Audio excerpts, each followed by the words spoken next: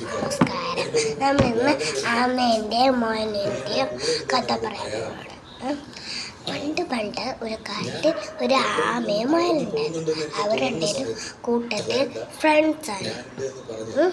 അപ്പം ആമ സ്ലോലിയാണ് പോണത്, മോയലോ സ്പീഡിൽ.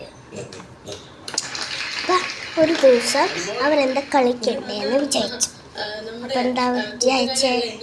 ഓട്ട മത്സരത്തിൽ ആരാണ് ജയിക്കുന്നത് അവർക്ക് ഒരു ട്രോഫി തരും. അപ്പം മൊയൽ റെഡിയാണ്, ആമയും മൊയൽ റെഡിയാണ് ഓട്ട മത്സരത്തിൽ. അപ്പം മൊയൽ അങ്ങനെ സ്പീഡിൽ പോവാണ്, കുറേ ദൂരമുണ്ട്. റിവേഴ്സിലോട് വേണം, അങ്ങനെ ഒരു ദിവസം മോയലങ്ങ് സ്പീഡിൽ പോയി, അമ്മ സ്ലോലി പോയി. അങ്ങനെ ഒരു ദിവസം മോൻ ഓടി പോയി മോയന്. അപ്പോൾ ഓടി പോയിട്ട് തളർന്നിട്ട് ഒരു നടുക്കുന്ന മരം ഉണ്ടായിരുന്നു. ആ മരത്തിൽ ഇങ്ങനെ കിടന്നു. അങ്ങനെ ഇങ്ങനെ ജയിക്കാൻ പോവാണ്.